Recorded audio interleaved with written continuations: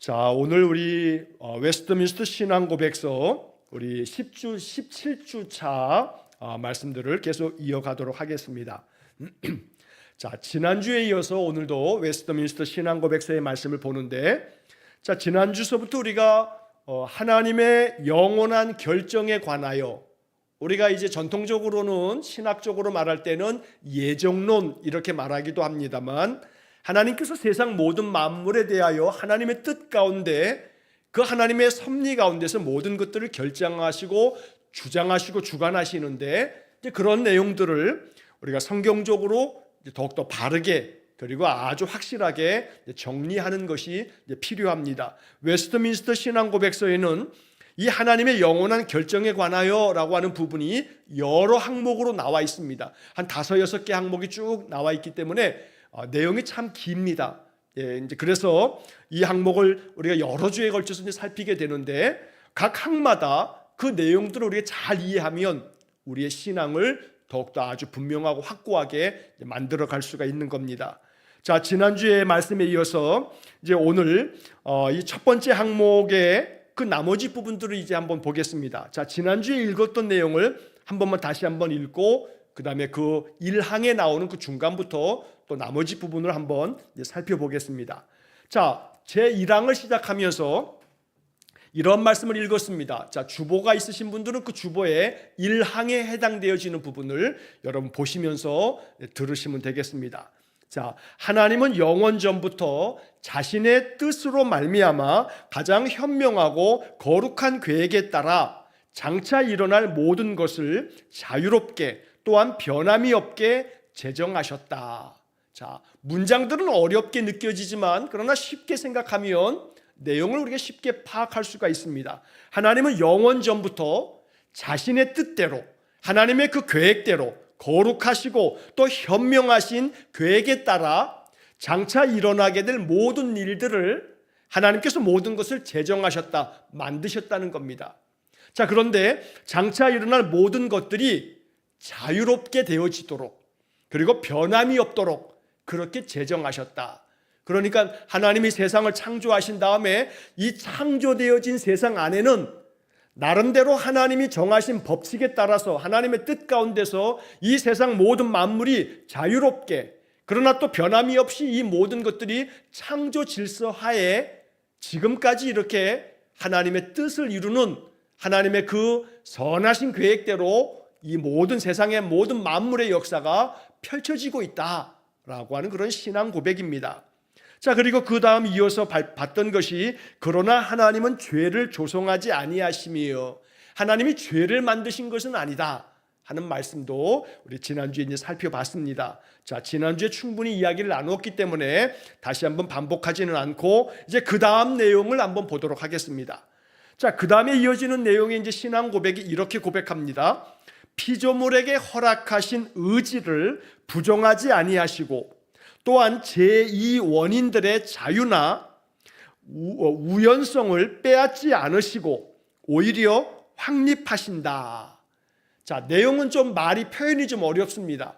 특히나 이것이 이제 번역되어진 이러한 내용들이다 보니까 또 어렵게 느껴집니다만, 이것도 역시 마찬가지로 설명을 들으면 쉽게 이해할 수가 있습니다. 자, 피조물에게 허락하신 의지를 부정하지 아니하시고, 다시 말하면 우리 사람들, 피조물된 우리들에게 의지가 있습니다.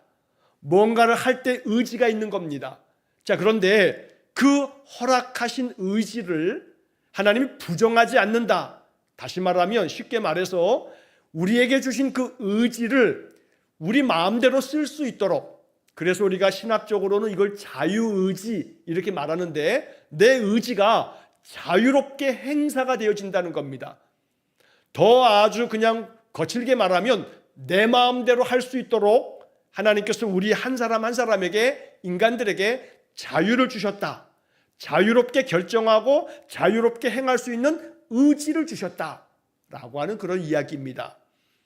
자, 어린아이를 낳게 되면 그 아이가 어느 정도 이제 말귀를 알아먹을 쯤 되게 되면 자기 마음의 의지가 있기 때문에 어느 한순간에 엄마가 뭐라 하고 아빠가 뭐라 하고 누가 뭐라고 하면 싫어 하고 말할 때가 있습니다.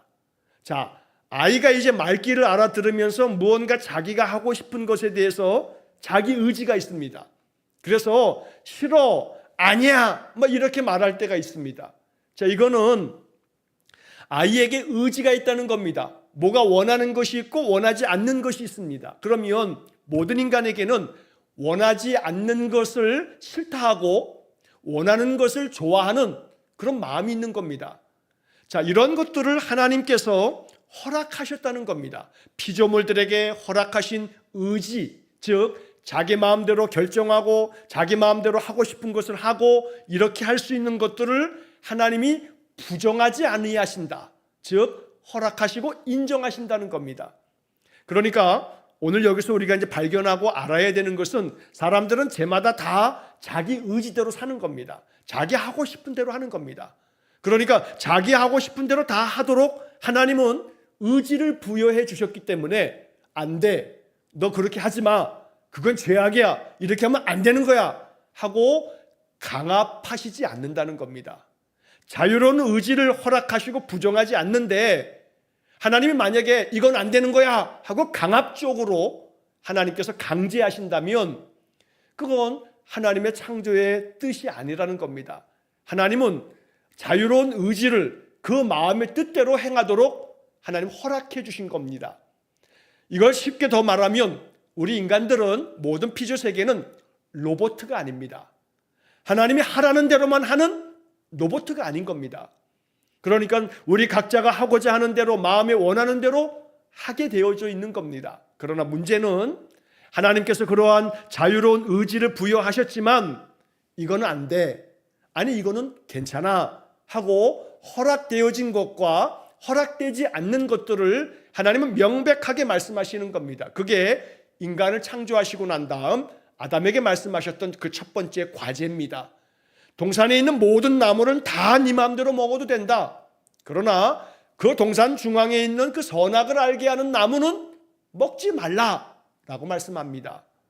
자, 제가 여러 차례 그런 말씀을 드릴 때마다 여러 번 반복해서 말씀드렸습니다만, 아이고 왜 하나님이 에덴 동산에 선악과를 만들어 놓고 그래, 선악과를 안 만들었으면 될 거 아니야, 이렇게 말하는 것은 그 선악과를 하나님께서 아담에게 먹지 말라 하신 것에 담겨져 있는 의미를 오해한 겁니다. 선악과를 만들어 놓지 않았으면 될 것을, 이게 아니고 선악과라고 하는 것은 먹으면 안 되는 것을 가르쳐 주시는 겁니다. 피조세계 모든 인간들에게 자유로운 의지를 허락해 주셨지만, 그러나 이런 것들은 안 돼라고 하는 안 되는 명령을 행하심으로써 하나님의 권위 앞에 창조주 하나님의 뜻대로 순종하는 것들을 하나님 명하셨던 겁니다. 그러나 이조차도 순종할 수밖에 없도록 로봇으로 만든 게 아니고 불순종할 수 있는 자유까지도 인간에게 전적으로 부여해 주신 겁니다. 이게 하나님의 사랑입니다. 여러분, 부모가 자녀를 낳아서 키우면서 그 자녀에게 모든 것들을 통제하면서 너는 이것만 해, 이건 하지 마 하고 이런 것들을 하지 말라는 것을 하게 되면 당장에 엄청난 벌을 가하고, 그래서 이 아이가 두려움 가운데, 공포 가운데 부모가 말하는 대로 무조건 절대 순종하게끔 만든다면 사실은 이 아이는 건강한 성인으로 자랄 수 없습니다. 아주 맹목적으로 부모에게 복종하는 로봇 만드는 겁니다. 그건 사랑이 아닙니다.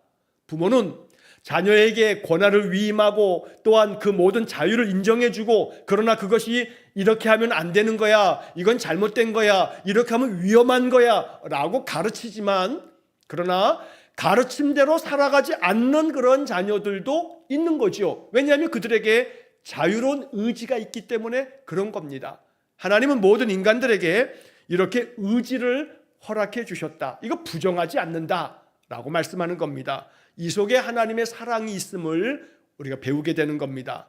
자, 그 다음에 이어지는 말이 또한 제2원인들의 자유나 우연성을 빼앗지 않으시고 오히려 확립하신다. 자, 이게 좀 어려운 표현으로 표현되어 있습니다. 제2원인, 이게 뭐냐면 우리 인간들이 다 제2원인입니다. 자, 원인이 있으면 결과가 있는 겁니다. 그러니까 씨를 뿌려야 열매가 나오는 거죠. 씨를 뿌리지 않으면 원인이 없으니까 결과가 없는 겁니다. 자, 그러면 씨를 뿌리면 결과가 어떠한 열매를 맺게 됩니다. 그런데 이 결과가 맺어지는 이것들이 이제 결과인데 원인은 뭐냐면 씨를 뿌린 행위죠. 그런데 그 씨를 뿌리는 그 행위, 농부가 씨를 뿌리는 것은 사실은 첫 번째 원인은 아닌 겁니다. 두 번째 원인이 되는 겁니다. 뭔 말이냐면 씨를 뿌려서 열매를 맺는 그런 결과가 나왔을 때 그 결과에 대한 첫 번째 원인은 농부가 씨를 뿌리는 그 씨가 아니고 그것을 만드신 분 하나님이 제1원인, 그리고 하나님께서 씨도 만드셨고 농부도 지으셔서 창조하셔서 농부로 하여금 씨 뿌리게 하심으로 결과물인 어떤 수확물을 얻게 됐을 때, 그러면 결과가 주어졌지만 농부가 씨를 뿌리는 그런 모든 과정은 두 번째 원인이라는 겁니다. 이걸 지금 설명하고 있는 겁니다. 그런데 제2원인들의 자유, 이걸 빼앗지 않는다는 겁니다. 좀 전에 말씀드렸던 이야기로 하면 농부가 씨를 뿌립니다. 그런데 그 농부가 씨를 뿌릴 때, 농사를 지을 때, 아이고 내가 이 밭에다가 뭘 심을까? 이거 여기다가 방울토마토를 심을까? 아니면 파를 심을까? 고구마를 심을까? 이러한 제2원인인 사람이, 농부가 어떤 씨를 뿌릴까라고 하는 것은 농부의 자유입니다. 하나님이 농부에게 너 이 땅에다가는 그냥 고구마만 심어, 고구마 안 심으면 내가 확 너를, 이러지 않는 거지요. 그러니까 제1원인, 이건 하나님이 되시는 거고, 제2원인, 하나님에 의해서 창조된 모든 인간들에게, 그 인간들이 무언가를 행할 때 인간에게 자유가 주어져 있기 때문에 그 자유를 빼앗지 않는다는 겁니다. 너 여기다가 감자를 심어, 여기다가 양파를 심어, 여기다 물을 심어, 하나님이 이런 것까지 다 정하셔가지고 모든 결정을 하나님이 내리시는 게 아니라는 거죠. 그렇기 때문에 여기서 좀 한 가지 좀 얘기하고 넘어가야 할 것은, 이제 가끔가다 어떤 선교단체들에서 제자훈련 프로그램을 진행할 때 아웃리치라고 하는 걸 갑니다. 이 아웃리치라는 게 뭐냐면 훈련을 다 마치고 난 다음에 전도 여행, 실습하는 실습 여행을 떠나게 됩니다. 그러면 어떤 선교단체에서 이렇게 한 7, 8명씩 팀을 만들어서 선교 여행을 떠나게 되는데, 우리나라 각 지역에 가가지고 그 사람들이 이렇게 기도하면서 하나님이 어디로 인도하시는가 하면서 인도함을 받으면서 영적인 체험들을 하는 그런 훈련 프로그램이 있습니다. 그런데 간혹 거기서 이제 얘기하는 강사들이나 또 거기서 이제 주장하는 바들 중에는 어디로 갈까? 기도하면 하나님이 알려주신다. 또 어떻게 할까? 모든 것들을 하나님의 음성을 듣는 법을 배운다 하면서 이제 그렇게 할 때가 있습니다. 그런데 이제 간혹 가다가 이것이 좀 지나칠 정도로 잘못된 어떠한 이해를 해가지고, 가끔 제가 말씀드리는 것처럼 하나님, 버스를 타고 갈까요? 기차를 타고 갈까요? 택시를 타고 갈까요? 걸어갈까요? 하나님의 뜻이 뭔지 기도하고 결정합시다. 이렇게 말하면 이거는 신학적으로 이게 건강한 신학이 아닙니다. 대학을 가는데 하나님, 여기도 붙고 저기도 붙었는데 이 대학을 가는 게 맞을까요? 저 대학에 가는 게 맞을까요? 어느 대학에 갈까요? 직장을 가는데 직장에서 여기서도 저기서도 다 합격됐다고 오라고 하는데 하나님, 어느 직장을 갖는 게 맞을까요? 이런 식으로 접근하는 것은 이게 굉장히 하나님의 뜻을 구하고 하나님께 묻고 이렇게 살아가는 것처럼 이걸 자꾸 그렇게 얘기하면 이것은 웨스트민스터 신앙 고백서의 이 내용하고는 반대가 되어지는, 위반되어지는, 사실은 지나칠 정도로 나아간 잘못된 신앙이라고 말해야 됩니다. 여러분, 이거 주의 깊게 잘 들으셔야 합니다. 기독교 신자들 가운데 그런 생각들을 가지고 그렇게 빠져 있는 사람들이 의외로 많습니다. 그게 굉장히 성경적이고 굉장히 하나님께 대한 순종의 마음이라고 여기는 사람들이 있습니다. 제2원인들의 자유를 빼앗지 않으십니다. 우리가 마음대로 할 수 있습니다. 중요한 것은 어느 걸 해야 합니까가 아니고 어떤 것을 선택하든지 그 선택에 따라서 그 길을 걸어가면서 우리의 마음에 하나님 말씀대로 진실되게 어떤 고난이 와도 극복해 가면서 믿음 안에서 우리의 모든 삶을 살아가는 것이 중요한 겁니다. 예를 들어서 예전에 제가 신학교 다닐 때 전도사 때죠. 교육 전도사 때입니다. 그런데 저 자양동, 서울에 자양동이 있는데 거기에 자양교회라고 큰 교회가 있어요. 제 신학교의 친구, 우리 그 동기 친구가 그 자양교회 이제 교육 전도사로 신대원 때 대학원 다니면서 전도사를 했는데 하루는 기숙사에 와가지고 막 이게 뭐 웃으면서도 이거 어떻게 하면 좋냐 하면서 진지하게 얘기한 게 뭐냐면 그 친구가 아마 중등부인가 고등부 전도사를 했는데 거기 그 교사 중에 청년 하나가 자기가 기도를 오랫동안 했는데 전도사님하고 결혼을 하라고 하나님 그러셨다는 거예요. 자, 그래서 자기가 오래 기도하고 또 기도하고 또 기도했는데 하나님이 전도사님과 결혼해서 사모가 되라 이제 그랬다는 거예요. 그래서 이 친구가 그래가지고 이제 그거 가지고 이제 신학교 안에서 이제 기숙사에서 뭐 이 얘기 저 얘기 막 했어요. 그래서 우리가 이제 우스갯말로 그럼 너는 기도해 보았더니 어떻더나 그랬더니 자기는 아무리 기도해봐도 응답이 없다는 거예요. 뭐 하나님 이 사람하고 결혼해라 뭐 그런 거 그 사람한테는 좋다는데 하나님 나에게 말씀 안 한다. 그러면서 이제 우스갯소리를 한참 해대다가 지나갔어요. 물론 그 친구의 마음속에 그 부서 안에 있는 그 젊은 청년 그 여자 교사의 그 마음, 뭐 전도사님을 이렇게 또 마음속에 사랑하는 마음으로 결혼해야겠다 하는 마음에 하나님이 그렇게 뭐 기도하는데 응답을 줬는지 어쨌는지 모르지만 자, 그런데 사람들의 마음속에 어떤 것을 하라 하지 말라 하는 거라든가 하나님 이걸 내가 해야겠습니다 라고 하는 그런 마음을 가질 때 예를 들어서 아까 그 자양교회 그 여자 그 청년 교사가 자기가 뭔가 원하고 바라는 마음을 가지고 있을 때 막 기도하면서 하나님 이거 하나님께서 내 마음속에 이렇게 평안한 마음을 주시니까 이거 하나님 원하시는 거구나 이렇게 갖다 붙이는 이 마음이 이게 결코 기도 응답이 되지 않을 수도 있으려니와 자기의 마음을 그렇게 옮겨서 하나님이 이렇게 응답하셨다라고 하는 말하는 것도 이거 지혜로운 믿음의 방법은 아니라는 겁니다. 자, 다시 본문으로 돌아오면 제2 원인들의 자유 이거를 빼앗지 않으신다. 그러니까 우리는 모든 삶 속에서 자유롭게 내가 행하는 모든 것들을 결정할 수 있습니다. 자, 그 결정을 할 때 결정 이후에 따르는 여러 가지 그 다음에 이제 일들이 있겠지요. 내가 이걸 결정했는데 결정해 봤더니 나중에 이것 때문에 내가 굉장히 어려움도 겪고 막 그러면 사람들은 후회하듯이 이렇게 말합니다. 내가 그때 결정을 잘못했어.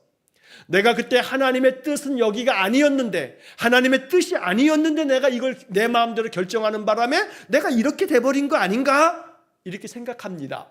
그렇게 생각하면 안 됩니다. 그거 아닙니다. 그렇게 생각하면 안 됩니다.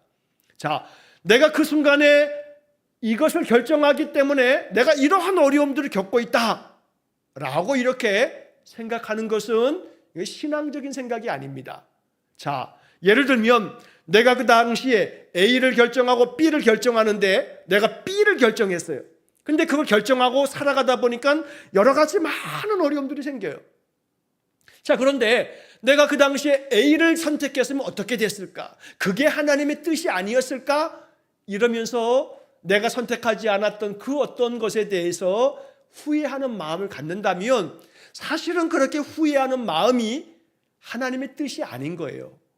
자, 내가 그 순간에 물론 기도하면서 결정하죠. 하나님 어떤 것을 결정할까요? 어떻게 할까요? 이렇게 결정하면서 기도하는 거 필요합니다. 그런데 기도하면서 어떤 마음속에 내가 뭔가를 결정하면 이제 그 결정에 대한 그 어떠한 것에 대한 결과가 무엇이든지 간에 마음속에 하나님이 나로 하여금 이걸 결정하여서 이렇게 살아가는 데에도 하나님의 뜻이 있겠지.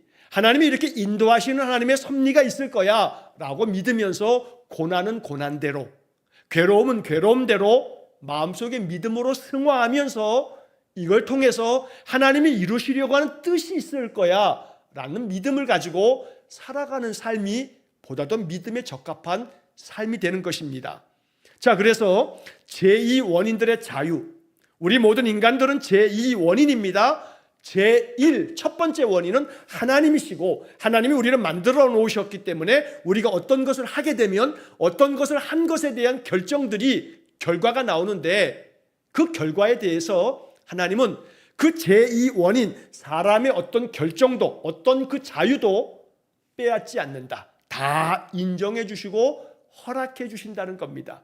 그러니까 우리의 마음의 뜻대로 행할 수 있습니다. 그러나 그렇게 어떤 것을 자유를 가지고 결정할 때 잊지 말아야 할 것은 나의 자유가 방종이 되지 않도록, 나에게 자유가 있어 내 마음대로 살 거야, 내 마음대로 사는 자유가 하나님을 거스르고 하나님을 거역하고 하나님이 원치 않는 반대의 방향으로 나아가는 이것까지의 자유를 선택한다면 그 자유에 대한 결과에 책임을 져야 할 겁니다.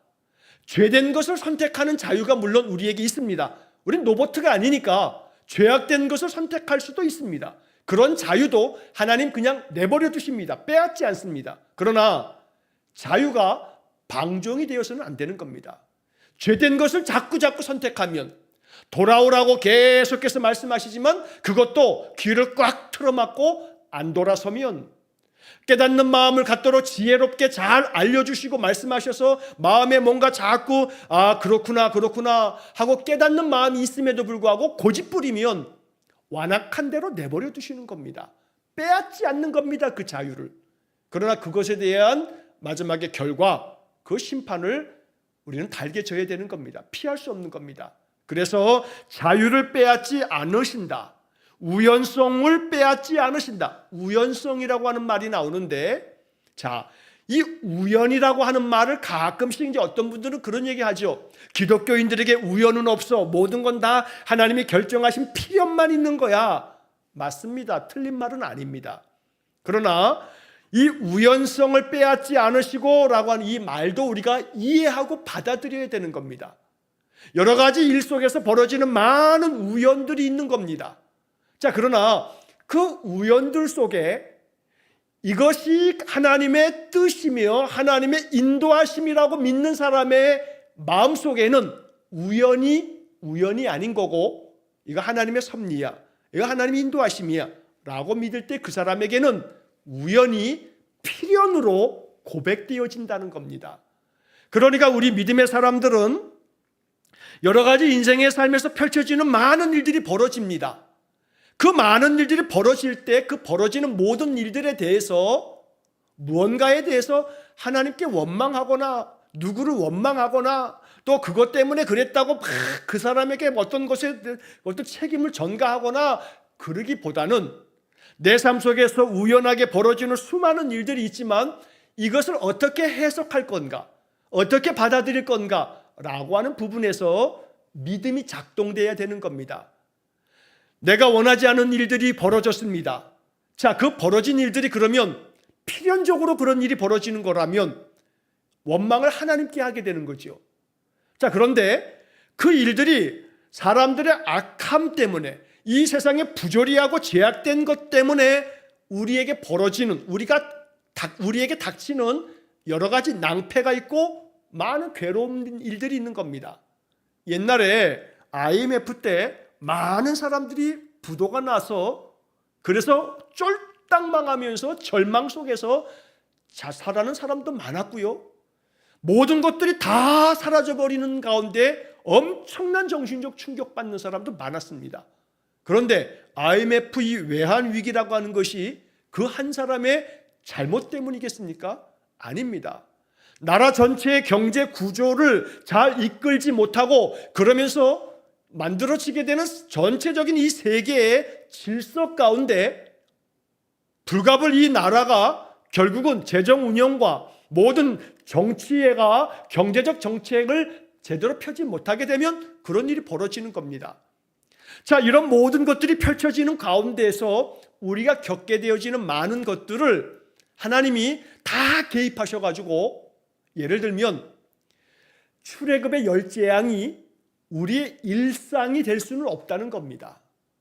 다시 말해, 자, 출애굽의 10재앙을 읽다 보게 되면 이스라엘 백성들이 머무는 곳에는 재앙이 벌어지지 않습니다. 흑암의 재앙 가운데서도 이스라엘 백성들에게는 빛을 비추시지만 이 애굽의 백성들에게는 재앙이 벌어집니다. 자, 그럴 때 이스라엘 백성들은 지키시는데 애굽 백성들에게는 하나님이 심판의 벌을 내리신다. 이게 출애굽 때는 그렇게 열 재앙 가운데는 있었지만 이 열 재앙이 오늘날에도 계속되어지는 원리가 아니라는 겁니다. 예수 믿는 사람들은 교통사고도 다 피해가고, 예수 믿는 사람들은 질병도 안 걸리고, 예수 믿는 사람들은 하나님이 항상 보호해 주셔서 모든 것들이 다 안전하고, 여러분 그러지 않다는 겁니다. 여러분 최근에 길을 가는데 어떤 난폭운전 아니면 음주운전 막 이런 사람들이 막 그렇게 음주운전 하다가 어떤 사람들을 쳐가지고 사람들이 갑자기 길 가다가 사고로 죽습니다. 자, 그러면 그 사람의 그 죽음은 뭡니까? 하나님 어떻게 그렇게 그 사람을 그 생명 거두어 가시냐 이 말입니다. 예전에도 제가 몇 번 말씀드렸지만 제 신학교 친구가 전임 전도사 때 신학교 졸업하고 이제 목사 안수 받까지 전임 전도사 기간을 보내는데, 자, 그 전임 전도사 기간 동안에 새벽 예배 마치고 돌아오다가 신호 대기하고 있는 중에 비가 내리는 날인데 그 앞에 차선에서 상대편 차선에서 이 덤프 트럭이 그 중장비를 싣고 있는 그 트럭이 오다가 길에 미끄러져 가지고 이 친구 차에 확 덮쳤습니다. 그 중장비 차가 그냥 확 차를 갖다가 덮는 바람에 이 친구의 뇌가 완전히 그냥 으깨어졌습니다. 용산에 있는 중앙대병원에서 이 뇌를 다 열어놓고 이게 부어올라 가지고 한 30일 가까이 이게 내려앉아야, 가라앉아야 이게 뇌 수술도 하고 어떻게 사느냐 죽느냐, 그런데 결국은 그 한 30여일 만에 이걸 뇌를 열어놓은 상태 속에서 계속 지켜보고 약물 투여하고 그러다가 회생하지 못하고 죽었습니다. 새벽 예배 마치고 돌아오는 길이었습니다. 그 친구가 결혼해가지고 이제 막 100일 된 딸이 있었습니다. 하나님이 그렇게 데려가셨습니다. 7년 동안의 신학교에서 신학 공부 다 마치고 목사 안수도 받기도 전에 그런 사고가 났습니다. 하나님 어찌 그럽니까? 주의 종이라고 선지동산에서 7년씩이나 공부시켜서 이제 목사 안수 받기 전에 전임 전도사 사역하고 있는데 다른 것도 아니고 놀러 가는 것도 아니고 새벽 예배 마치고 돌아오는데 그런 사고가 났습니다. 100일 된 딸을 두고. 여러분, 그러면 결국 이러한 모든 것들 속에서 우리의 마음은 시험에 들 수밖에 없습니다. 자, 그런데 이러한 우연성을 하나님이 결정하신 거면, 필연적으로 그렇게 하나님 만드신 거면 정말 하나님 못됐죠.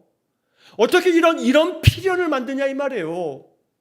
이게 필연인데 모든 일은 다 필연이야 그러면 그 상황 속에서 그 친구의 죽음은 이건 정말 하나님 못된 신도 이만저만 못된 신이 아닙니다. 이건 믿을 수 없는 신입니다. 그러니까 인생의 모든 일들이 다 필연이야 라고 말하면 간혹 이렇게 시험에 들 일이 벌어지게 됩니다. 해결이 안 되는 문제가 생기는 겁니다. 웨스트민스터는 우리에게 잘 지혜롭게 가르쳐 줍니다. 우연성이 있다. 우연성이 있다. 그날 하필이면 왜 비가 내리고 그날 하필이면 그 시간에 왜 거기서 신호대기가 기다려졌는가? 신호가 그때 열려가지고 그냥 그 차가 그냥 싹 지나갔으면 그 덤프 트럭이 지나가든 말든 상관없이 지나갔을 텐데 어찌 그렇게 거기에 빨간 신호에 걸려가지고 신호 대기하고 있었냐 이 말이죠. 이거는 필연성 이전에 우연성이 있는 겁니다. 인생 속에는 많은 우연이 있는 겁니다.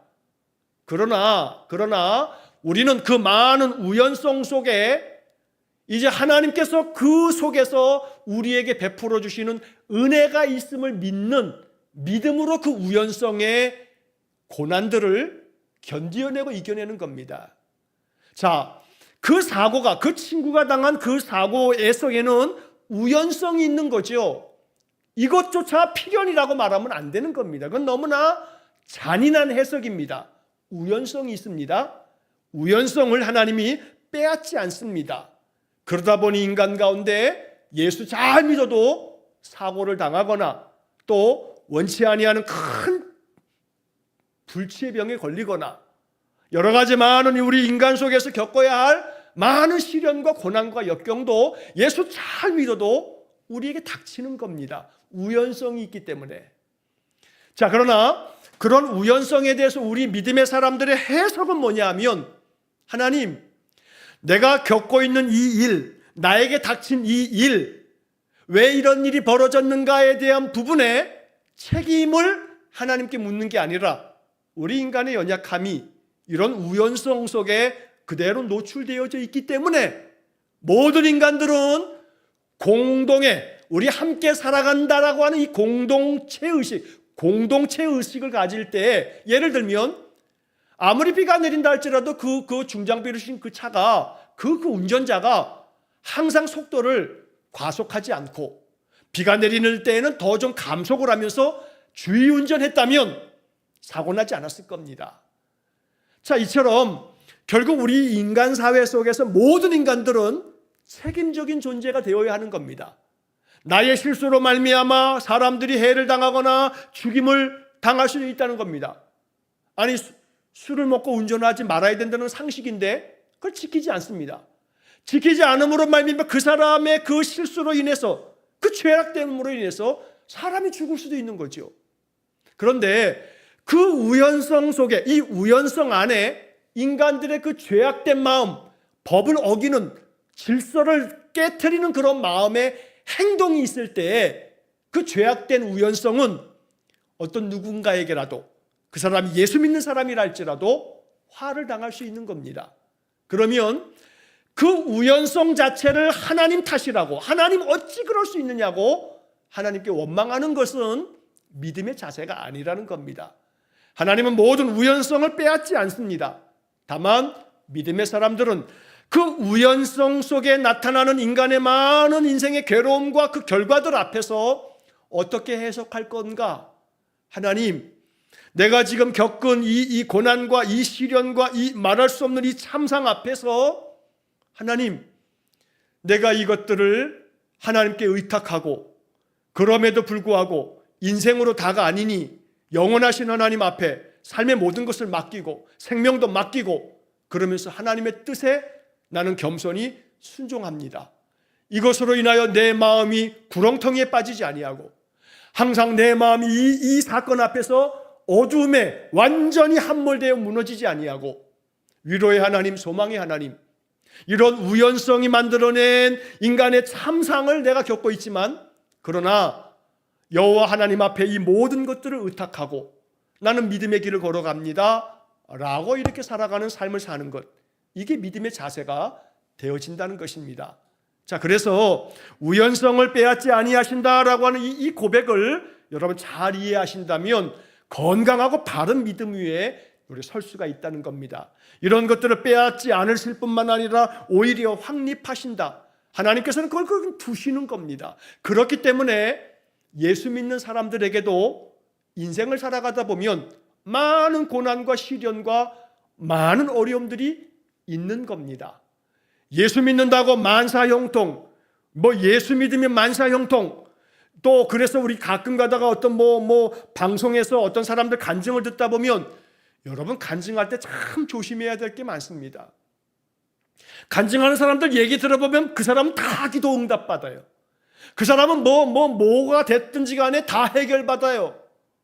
이거 굉장히 위험성이 있는 겁니다.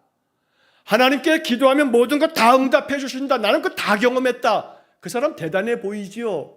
그러나 그게 얼마나 위험한 요소가 있는지 우리가 알아야 됩니다. 기도 아무리 해도요, 응답이 안 될 수 있어요. 기도 아무리 해도요, 재난을 피할 수 없을 때도 있어요. 홍수가 나는데 예수 믿는 사람들은 물이 다 피해가는 거 아니라 이 말이에요. 화재가 나가지고 불이 나서 산불로 모든 게 다 화마가 휩쓸고 가는데 교회는 싹 피해갔다.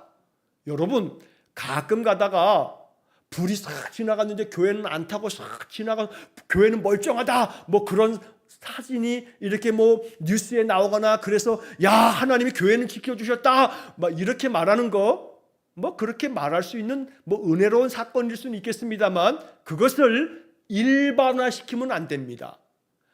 불이 나도 교회는 다 지켜주신다, 다 지켜주시는 거 한 가지 특별한 어떤 사건을 일반적으로 모든 경우에 다 일어난다라고 말하는 것은 이건 잘못된 겁니다.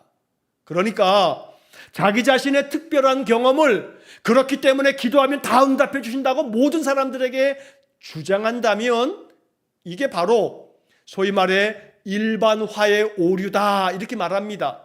자기가 경험한 어떤 한 가지 사실을 모든 사람들도 그렇게 될 거라고 일반화시키는 거, 이거 오류입니다. 자꾸 그렇게 간증하고 그렇게 주장하면 예수 안 믿는 사람들이 예수 믿는 사람들을 참 하찮게 여깁니다. 그게 오류가 있는 거거든요. 그 논리적으로 그게 말이 안 되는 겁니다. 자신의 그 어떤 경험을 모든 사람들 다 그렇게 될 거라고 주장하는 그런 모습들은 우리 신자들이 참 무식하다라고 하는 걸 드러내는 것에 불과합니다. 그러니까 나에게 하나님이 이러한 은혜를 주셨는데 우리 각자에게 은혜를 주시는 방법이 다 다르겠지만 그래도 하나님 의지합시다. 이겨냅시다. 하나님께 우리가 의지하는 길밖에 없을 수 있으니 최선을 다하고 지혜롭게 행하지만 하나님께 맡깁시다. 이렇게 기도하며 이렇게 권면하는 거지요. 결과가 어떻게 될 것인가는 아무도 알 수 없는 겁니다. 그렇기 때문에 결국 어떤 것에서 벌어지게 되는 어떤 우연성도 있을 수 있다.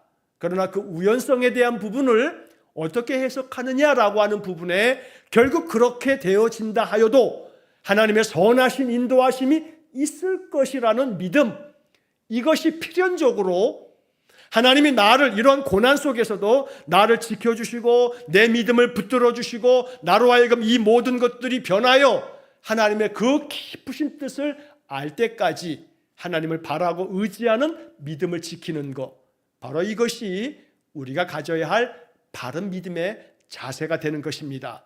자, 그래서 오늘 피조물에게 허락하신 의지를 부정하지 않는다. 자유로운 의지를 주셨다. 그러니까 우리가 어떤 것이든 내 마음대로 결정하고 행동할 수 있습니다. 그러나 어떤 것을 결정하고 행동할 때는 믿음의 사람이니 하나님, 내가 어떤 마음으로 하면 좋겠습니까? 어떻게 해야겠습니까? 하고 하나님께 기도하는 자세는 필요하다는 겁니다. 그러나 아까 말씀드린 것처럼 여기로 가야겠습니까? 저기로 가야겠습니까? 버스를 타야겠습니까? 전철을 타야겠습니까?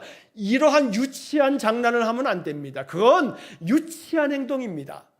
오직 내가 어떤 것을 행하거나 어떤 것을 결정하더라도 그 결정된 행동을 행할 때에 이 일에 내가 진심을 다하고 이 일에 정성을 다하고 이 일에 믿는 사람으로서 본이 되게끔 내가 이것을 선택했으니 이 일을 통해서 하나님이 영광이 받으시도록 하나님께 영광이 되도록 내가 그렇게 최선의 마음을 다하겠습니다 라고 하는 자신의 마음가짐, 자신의 태도에 대해서 기도해야 되는 것이지 어느 걸로 해야 하나님의 뜻입니까? 라고 하는 것은 이건 바람직한 신앙이 아니다.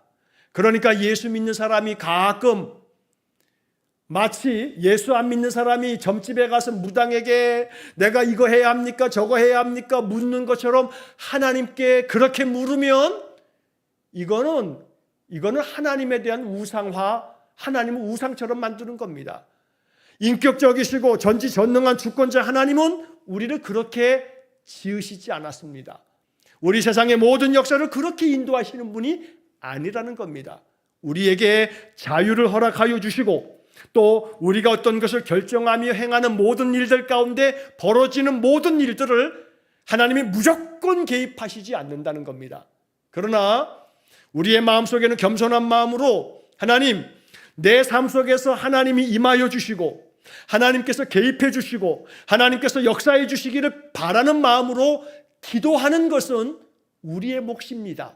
그렇게 해야 합니다. 그러나 하나님께서 그러한 가운데 역사하실 때 언제나 반드시 항상 하나님이 우리의 삶의 모든 것들에 개입하시지 않을 수도 있고 않을 때도 있다는 것을 잊지 말아야 합니다. 그러나 그럼에도 불구하고 신실하신 하나님을 믿고 의지하는 마음을 저버려서는 안 된다는 겁니다. 그래서 내가 병 낫기를 아무리 기도해도 병이 낫지 않을 수 있습니다. 하나님이 나를 외면했거나 하나님이 나를 버렸거나 그거 아닙니다. 하나님이 그 속에서 나의 육신의 질병을 통해서라도 하나님이 이루시고자 하는 뜻이 있다면 하나님의 그 계획하심을 신뢰하면서 그 고난이, 육체의 가시가 이 속에서 하나님이 나에게 이루시려고 하는 하나님의 마음이 뭔지를 찾아가는 그런 믿음의 마음으로 견디어내고 치료받고 아픔들을 견디어가고 참아가면서 하나님의 인도하심을 받는 자세가 필요하다는 겁니다. 실수도 할 수 있고 실패도 할 수 있고 좌절을 겪을 수도 있습니다. 중요한 것은 그런 모든 것들이 하나님이 이렇게 하셨어 라고 하는 게 아니라 이렇게 될 수도 있지만 그러나 이 가운데서 나는 어떠한 삶을 선택하며 어떠한 하나님의 뜻을 바라면서 나아갈 것인가, 믿음을 가지고 하나님의 인도하심을 바라면서 나아가는 믿음의 결정이 있어야겠다는 겁니다. 하나님의 영원하신 그 확고한 결정들, 이런 말씀들이 우리가 지금 쭉 살펴보고 있는 내용들인데 오늘은 여기까지 설명을 드리고 다음 주에는 여기에 관련되어진 그 옆에 성경들이 있습니다. 그 참고구절 성경들에 대해서 이제 하나씩 이제 설명을 드리면서 이 말씀들을 통해서 웨스트민스터 신앙고백서에 이러한 고백이 만들어지게 된 것이다 라고 하는 설명을 다음 주에 이제 이어서 하도록 하겠습니다. 오늘 우리가 함께 나눴던 이 제1항, 바로 이 항목의 마지막 부분, 피조물에게 허락하신 의지를 부정하지 아니하시고 또한 제2 원인들의 자유나 우연성을 빼앗지 않으시고 오히려 확립하신다. 오늘 말씀들을 여러분 잘 생각하시면서 우리가 취해야 할 신앙의 모습이 무엇인가를 마음에 깊이 생각하는 그런 시간이 되시기를 주의 이름으로 간절히 축원합니다. 기도하겠습니다. 사랑이 많으신 아버지 하나님, 우리의 믿음이 말씀 위에 바르게 세워지는 참된 믿음이 되기를 원합니다. 신앙이 잘못된 배움과 가르침으로 인하여 전혀 잘못된 방향으로 나아갈 수 있기에 언제나 말씀 안에서 또 2000년 동안의 교회가 고민하며 기도하며 세운 모든 신학하에서 웨스트민스터 신앙고백서의 이 몇백 년 동안에 이루어냈던 이 신앙의 길을 따라서 우리가 걸어갈 때에 우리의 삶이 하나님 모시는 참 복된 그런 믿음의 삶이 될 줄로 믿습니다. 날마다 우리 성도들로 하여금 우리의 신앙이 건강하고 건전하며 바른 신앙이 되어지도록 말씀 배우는 일에 더욱더 열정을 다하고 힘을 다할 수 있도록 또 하나님 역사에 주옵소서. 모든 것을 다 주님께 의탁하오며 예수님 이름으로 기도하옵나이다.